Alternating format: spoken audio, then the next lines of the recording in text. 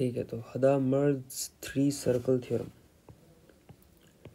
Interesting theorem है, simple सी है, लेकिन इसके अंदर जो चीज़ें इस्तेमाल होने वाली हैं प्रूफ में that comes from different theorems. So technically अगर दूसरी थ्योरम्स नहीं पता है तो थोड़ी सी डिफ़िकल्ट है, अदरवाइज मोर और लेस बहुत सिंपल है, बेसिक अर्थमेटिक्स है बस। सो आइडिया क्या देखो, let f z be an analytical function in this particular ring. एक रिंग है जिसका एक छोटा रेडियस है R1 और एक बड़ा रेडियस है R3, और ये इसके बीच के रीजन की बात कर रहे हैं। तो इस पर्टिकुलर रीजन के अंदर ये फंक्शन एनालिटिकल है, यानी कि इस हर पॉइंट पे इस फंक्शन के लिए वैल्यू एग्जिस्ट करती है। And there is R radius, R2 radius, जो कि इन दोनों रेडियस के बीच में। अब ये जनरली इसने डिफाइन नहीं किया, इट मीन्स ये फिक्स मान लो या फिर आर्बिट्री मान लो, it won't make big difference, क्योंकि प्रूफ का सेंस कुछ और है।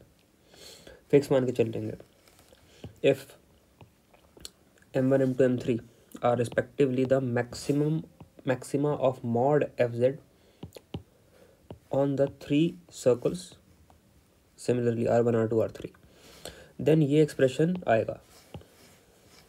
m2 है यानी कि सेकंड रेडियस के ऊपर जो मैक्सिमम वैल्यू मिली log, और बाकी बचे हुए रेडियस को फिर फ्रैक्शन में लगा रखा है। 3 है तो फिर 2 और 1 को लगा रखा है, 1 है तो फिर 3 और 2 को लगा रखा है। ठीक है, ग्रेटर का साइन है, मल्टीप्लाई यहाँ का है। सो लेट्स सी कैसे आता है। ठीक है, एनालिटिकल का आइडिया वही है कि फंक्शन डिफरेंशिएबल है इस पर्टिकुलर रिंग के अंदर। थोड़ा रिंग को देखो, पहले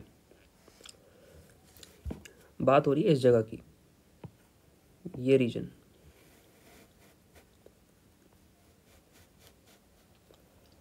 इस पर्टिकुलर रीजन के अंदर, यानी कि इसके अंदर जितने भी पॉइंट्स एग्जिस्ट करते हैं उन हर पॉइंट्स पे जो ये एफ ऑफ जेड है ये वैल्यू दे रहा है। यानी कि वैल्यू देने का अंदर सेंस ये है कि इस पर्टिकुलर, लेट्स से अगर कोई पॉइंट है यहाँ पे जिसे मैं जेड नॉट से रिप्रेजेंट कर रहा हूँ, तो फंक्शन इस जेड नॉट के अराउंड डिफरेंशिएबल होगा। अगर ऐसा है, ओनली देन वी से कि जो फंक्शन है वो एनालिटिकल है उस पर्टिकुलर पॉइंट पे। जनरली पॉइंट पे होने का मतलब है कि उस पॉइंट के नेबरहुड में वो डिफरेंशिएबल है। एनालिटिकल होना एक रीजनल प्रॉपर्टी है, वो एक पॉइंट स्पेसिफिक प्रॉपर्टी नहीं है। लेकिन द इम्पॉर्टेंट पार्ट है कि स्टेटमेंट के अंदर जो बातें दे रखी हैं वो सफिशेंट नहीं है to give us this desired result. So we have to bring other concept from different theorems. For example यहाँ पे 3 वर्ड आए, जैसे m1 m2 m3, ये मैक्सिमम है मॉड एफ जेड के। अब ये जो इन्फॉर्मेशन है ना, ये स्लाइटली किसी और थ्योरम से उठाई गई है। मैक्सिमम और मॉड एफ जेड, ये दो बातें कहाँ से आई हैं, वो कहाँ से आई हैं, वो ये है मैक्सिमम मॉडुलस प्रिंसिपल से। इसकी अपनी एक डेफिनेशन सी है, थोड़ा उसको देखो कि मान लो कोई फंक्शन है, एनालिटिकल है, सिंपल क्लोज्ड कंटूर सी में। ये क्या बोला है, सिंपल का आइडिया होता है कि उसके अंदर ओवरलैपिंग नहीं हो रही। लेट्स से कि एक कर्व है, तो इसके अंदर मैंने कहीं पे भी ओवरलैपिंग नहीं करी कंपेयर टू दिस कर्व। यहाँ पे ओवरलैप हो गया कंपेयर टू दिस कर्व, अब यहाँ पे भी ओवरलैप हो गया। सो सिंपल मतलब उस पर ओवरलैपिंग नहीं है, जैसे कि यहाँ पे बना रखा है, पॉइंट्स एक दूसरे पे ओवरलैप नहीं करते। देन अगर ऐसा कर्व मिलता है तभी, फिलहाल ये ऐसा कर्व है नहीं, क्योंकि ये एक डिस्क ये एक रिंग रीजन है जिसकी हम बात कर रहे हैं। इसके ये वाले पॉइंट शुरू तो हुए लेकिन यहीं पे ख़त्म हो गए, लेकिन इस पूरे रीजन के अंदर मेरे को ये वाले पॉइंट्स भी चाहिए थे उसकी बाउंड्री के। तो सिंपल होने का मतलब है कि ऑलमोस्ट पूरा कर्व उसके अंदर कवर हो जाए अगर मैं एक पॉइंट से शुरू करूँ और दूसरे पॉइंट पे आके एंड करूँ। तो एंड करने का मीनिंग है कि वो क्लोज्ड भी है, कर्व सी। तो ये सिंपल है बिकॉज ये ओवरलैप नहीं करता, ये क्लोज्ड है क्योंकि एक पॉइंट से शुरू किया तो दूसरा जब एंड करेंगे तो वहीं पे एंड करेंगे, दैट्स हाउ इट इज़। लेकिन ये सिचुएशन इसके साथ नहीं है, इसके लिए अलग अलग है। तो ना ही ये सिंपल है ना ही ये क्लोज्ड है। ठीक, सो मैक्सिमम मॉडुलस प्रिंसिपल तब वर्क करेगा जब फंक्शन एनालिटिकल हो एक सिंपल क्लोज कंटूर सी के अंदर। तब मॉड्यूलस ऑफ एफ जेड अगर लेंगे, यानी कि उस फंक्शन का मॉड लेंगे, तो उसकी मैक्सिमम वैल्यू किसी एक पर्टिकुलर जेड पे ही होगी। तो उसकी जो मैक्सिमम वैल्यू है वो सी पे मिलेगी, सी के अंदर नहीं। अगर ये क्लोज्ड कंटूर है, ये फंक्शन इस पर्टिकुलर पूरे रीजन पे और ऊपर भी, इस ऊपर मतलब इस कर्व पे अगर एनालिटिकल है, तो मॉड एफ जेड की जो वैल्यू है वो मैक्सिमम मिलेगी इस कर्व के किसी एक पॉइंट पे, ना कि उसके अंदर किसी एक पॉइंट पे। ये इसका अपना प्रिंसिपल है। इसका एक छोटा सा प्रूफ भी है, कॉन्ट्राडिक्टरी प्रूफ है वो, कि हम मान के चलेंगे कि अंदर एक मैक्सिमम पॉइंट एग्जिस्ट करता है और बाद में उसको गलत प्रूफ कर देंगे। तो इस करके एक प्रूफ है, you will find it on the internet, मिल जाएगा, बड़ा इजी सा है। इसका इस्तेमाल करना है यहाँ पे।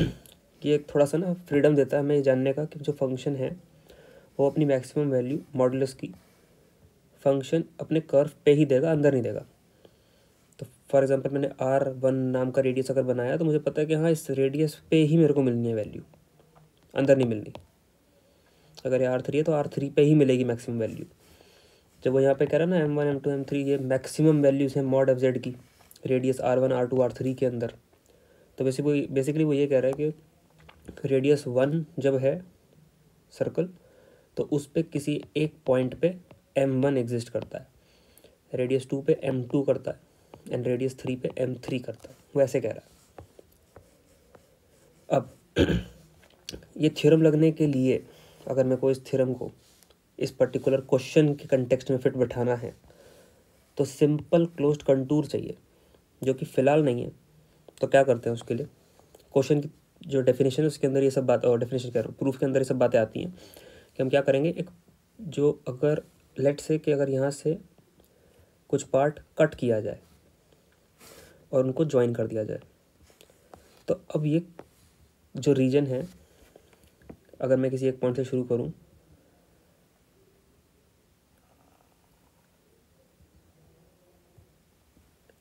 नाउ यू कैन सी कि अब ये क्लोज्ड है, सिंपल है क्योंकि कोई पॉइंट ओवरलैप नहीं कर रहा और उस रीजन को ही हमने पिक किया है जो हमें रीजन चाहिए था। तो जस्ट कटिंग वन एन्युलस, एक पार्ट कट करेंगे और उनको ज्वाइन कर देंगे, तो ये जो पूरा रिंग था अब एक सिंपल क्लोज्ड कंटूर के अंदर कन्वर्ट किया जा सकता है। इसी अंडरस्टैंडिंग का यूज़ करेंगे। तो प्रूफ देखो, एफ जेड गिवन है क्वेश्चन में, एफ जेड को उन्होंने डिफाइन किया है कि एफ जेड का जो नेचर है वो मतलब एफ जेड कैसा बनना चाहिए या कैसा बनता है उनके लिए। They give their self structure, उन्होंने अपने आप एक काइंड ऑफ ये बात उन्होंने लेट करी है और पूरे क्वेश्चन को इसी के ऊपर बेसिस बनाया है। रीज़न, डिमांड को जिस तरीके की है, इस डिमांड को, इस स्पेसिफिक स्ट्रक्चर को पैदा करने के लिए they created F Z in this fashion. Z कोई एक पॉइंट, अल्फ़ा कोई रियल वैल्यू है लेकिन अभी डिफाइंड नहीं है, वो फ्यूचर में डिफाइंड की जाएगी जैसे जैसे क्वेश्चन बिल्डअप होगा। तो अगर एफ जेड एनालिटिकल है इस पर्टिकुलर रिंग पार्ट के अंदर, तो एफ जेड की कोई जनरली एक सिंगल वैल्यू तो नहीं होगी, विच मीन्स टू से कि यहाँ पे भी एक पॉइंट है और यहाँ पे भी एक पॉइंट है। फंक्शन इस पूरे रीजन पे डिफाइंड है, हर एक पॉइंट पे, इधर भी और इधर भी। सो वो उनका अजम्पशनली दे आर सेइंग कि अगर ऐसा रिंग पार्ट वाला रीजन एग्जिस्ट करता है किसी फंक्शन के लिए जो एनालिटिकल हो, तो वो जनरली मल्टीपल वैल्यूज़ दे सकता है। इट हैव अ पॉसिबिलिटी, क्योंकि इसके अंदर जो पॉइंट्स हैं वो सिंपल क्लोज्ड कंटूर की शेप में नहीं है। अगर वो अलग अलग हैं तो वो इस पॉइंट पर कोई वैल्यू दी और इस पॉइंट पर कोई वैल्यू दी और बाय डिफ़ॉल्ट वो सेम हो गई। तो इस तरीके से वो जनरलाइज्ड वे में बता रहा है कि हाँ ये ज़रूरी नहीं है कि हर बार सिंगल वैल्यू ही देंगे, वो मल्टीपल वैल्यूज़ दे सकते हैं। अब जो डायग्राम में किया था, if you cut the annulus from the negative real axis, तो कैसे दिखाएं, ये नेगेटिव है, कंपैरेटिव जैसे देख लेते हैं। तो ये अगर नेगेटिव रियल एक्सिस से हमने कट किया यहाँ पे एक annulus part, then there will be a domain in which the principal branch of the function fz is analytical। तो इसको कट करने के बाद ये वो डोमेन पैदा हुई। और इस डोमेन के अंदर बाय डिफ़ॉल्ट हमें पता है हमारा जो फंक्शन है वो एनालिटिकल है। करने का पर्पस भी क्लियर है कि हमें इसको सिंपल क्लोज कंटूर की फॉर्म में लाना है, बिकॉज मैक्सिमम